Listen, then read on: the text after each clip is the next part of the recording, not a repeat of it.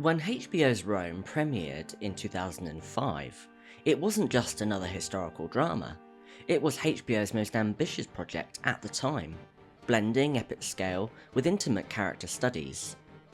Set during the final years of the Roman Republic, the series takes us through the wars, betrayals, and personal intrigues that shaped one of the most pivotal eras in Western history. But Rome does something unique. It tells the grand political saga not only through the eyes of great men like Julius Caesar, Pompey, Mark Antony, Cicero, but also through two fictionalised common soldiers, Lucius Vorenus and Titus Pullo. This dual perspective, the mighty and the lowly, gives the series its raw, grounded level feel. At the heart of this political storm stands Julius Caesar, portrayed by Ciarán Hinds. He is the gravitational centre around which the Republic spins, a figure both admired and feared, loved and hated. Caesar's presence is more than political, it's almost mythic, and yet Rome makes him fully human, showing us a leader of staggering intelligence and ambition, but also a man navigating personal loyalties, private regrets, and looming fate.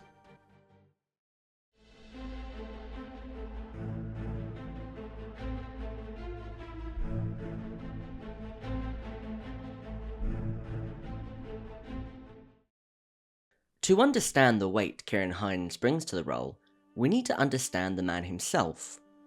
Before the events of HBO's Rome, Julius Caesar had already carved his name into Roman history as a master politician and military commander, but his path to greatness was anything but guaranteed. Born in 100 BC into the patrician Julian family, Caesar was connected to ancient prestige, but lacked wealth and influence. His early life was marked by political turbulence. As a young man, he aligned himself with the Populares, a faction favouring reforms for the common people, putting him at odds with the Senate's conservative optimates. He narrowly survived Sulla's purges, fled Rome, and served in Asia Minor, where, famously, he was kidnapped by pirates and demanded they raise his ransom because they underestimated his value. Returning to Rome, Caesar's climb was relentless. He gained fame as a skilled orator and shrewd political operator, building alliances through charm, debt, and calculated marriages. By his mid-30s, he had served as Quaestor, Aedile, and Pontifex Maximus. His true leap forward came when he forged the First Triumvirate, an informal but powerful alliance with Crassus, Rome's wealthiest man, and Pompey the Great, its most celebrated general. But Caesar's ultimate rise came not in the Senate, but on the battlefield. In 58 BC, Caesar took command of the Roman province of Gaul and Illyricum. Over the next 8 years, he waged the Gallic Wars, a brutal, sweeping campaign that expanded Roman territory to the English Channel and the Rhine. It was an astonishing military achievement, but also a human catastrophe, with estimates of hundreds of thousands of Gallic deaths. By the time Rome begins, Caesar has reached the climax of this campaign, the Siege of Alesia, in 52 BC. Alesia was the stronghold of Vercingetorix, a charismatic chieftain who united the fractious Gallic tribes against Rome. Caesar's army, outnumbered and deep in enemy territory, surrounded the fortress, building massive fortifications to both besiege Alesia and defend against a huge Gallic relief force. The siege was a masterpiece of engineering and psychological warfare. Against staggering odds, Caesar's forces held firm, repelling wave after wave of Gallic attacks.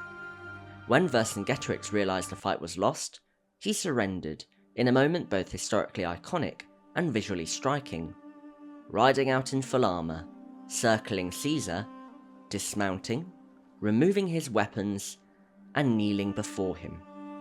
This moment is where HBO Rome opens up, the peak of Caesar's military fame, the moment he cements himself as the most powerful man in Rome, and, crucially, the moment his political crisis begins.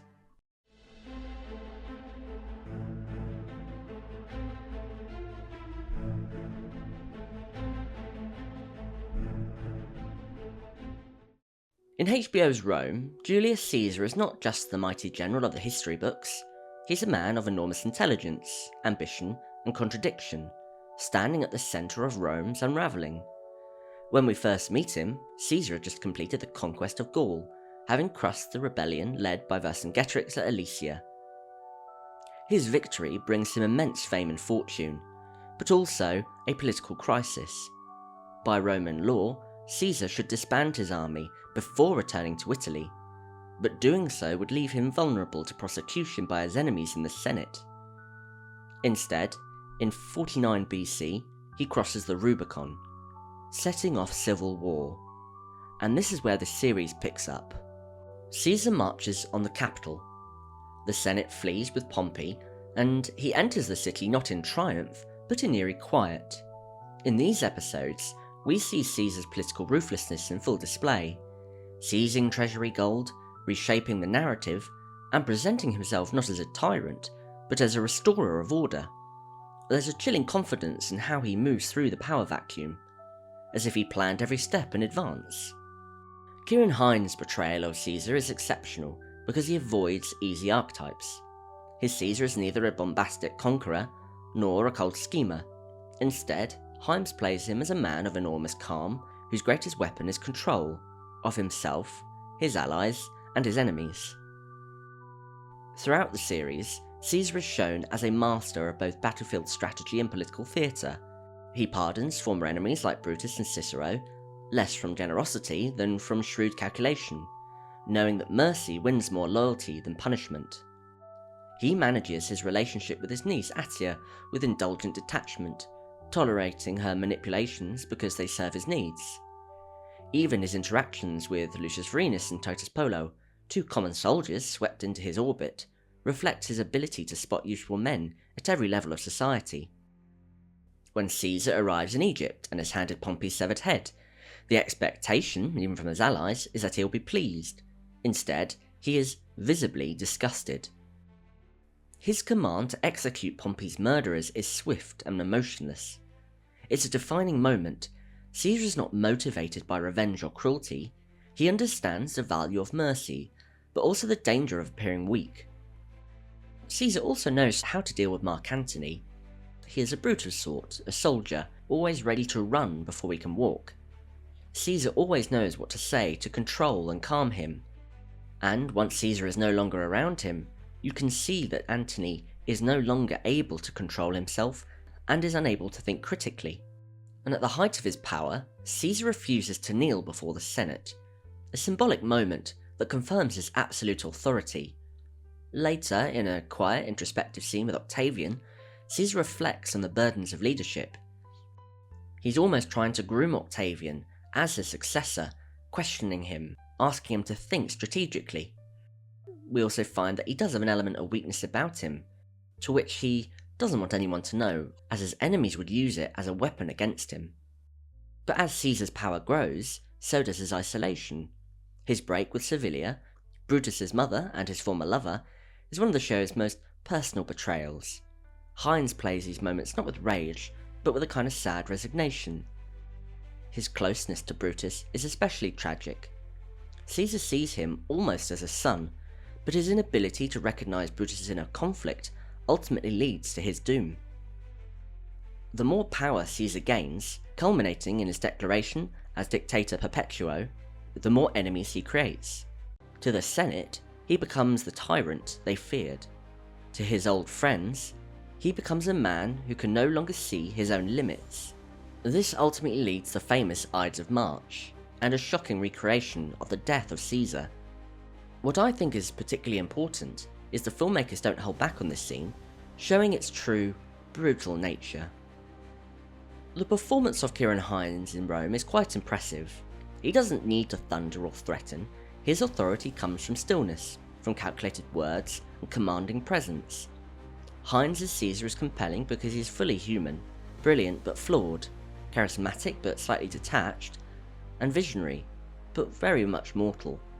He reshapes Rome through intellect, charm, and the force of will, but in doing so, he creates the very resentments and fractures that will destroy him. Hinds also allows hints of wariness and melancholy to creep into his performance. especially as Caesar's victories accumulate.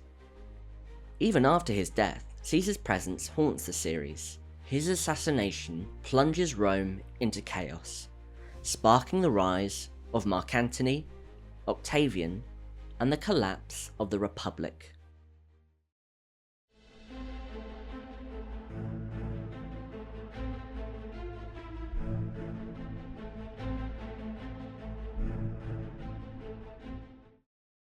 Julius Caesar's death was meant to save the Roman Republic, but instead it marked its end. When Caesar was assassinated on the Ides of March, his killers believed they were striking a blow for liberty. The conspirators, Brutus, Cassius, and others, thought removing the man would restore the old Republic, with its balance of senatorial authority and popular consent. But they fatally misunderstood the world Caesar had created. The Republic was already broken. Caesar hadn't destroyed it, he had simply become the only man powerful enough to keep it functioning. The aftermath of his death plunged Rome into chaos. Civil war erupted almost immediately. His loyal allies, Mark Antony and Lepidus, joined forces with Caesar's teenage great-nephew and adopted son, Gaius Octavius, later known as Augustus. Together they formed the Second Triumvirate and hunted down the assassins. Within 2 decades, Octavian would defeat Antony and Cleopatra, seize sole control of Rome, and become its first emperor. Ironically, the man who was killed to prevent monarchy became the blueprint for it. Caesar's name itself became the title. Caesar would be adopted by every emperor who followed, from Augustus through to Nero, and even centuries later in the forms of Kaiser in Germany and Tsar in Russia. His image was deified, his birthday celebrated, his writings studied as classics. Culturally and politically, Caesar's legacy is enormous. He centralised power, reformed the calendar, reshaped Rome's bureaucracy, and forever altered the balance between civilian and military authority. Even in death, he dictated Rome's direction. In HBO's Rome, this legacy is reflected in the shockwave that follows his assassination. Though Caesar dies before the end of Season 1, his presence haunts every scene that follows. Alliances fracture, Antony spirals, and Octavian rises. The Senate, already a shell of its former self, loses what little relevance it had. The world without Caesar turns out to be far more unstable than the one under his rule. And Ciarán Hinds' quiet, commanding performance reinforces this idea. His Caesar doesn't need to thunder from the heavens, he rules through will, through intellect, and through the sheer force of presence. In the end, Caesar's true legacy is paradoxical. He broke the Republic in order to save it, and in trying to build a stable Rome, he laid the foundation for an empire ruled not by law, but by men like himself. Thanks for watching this video, I hope you enjoyed it. Please do like, share and subscribe to help the channel grow, and follow me on X. Thanks again, and I'll see you next time.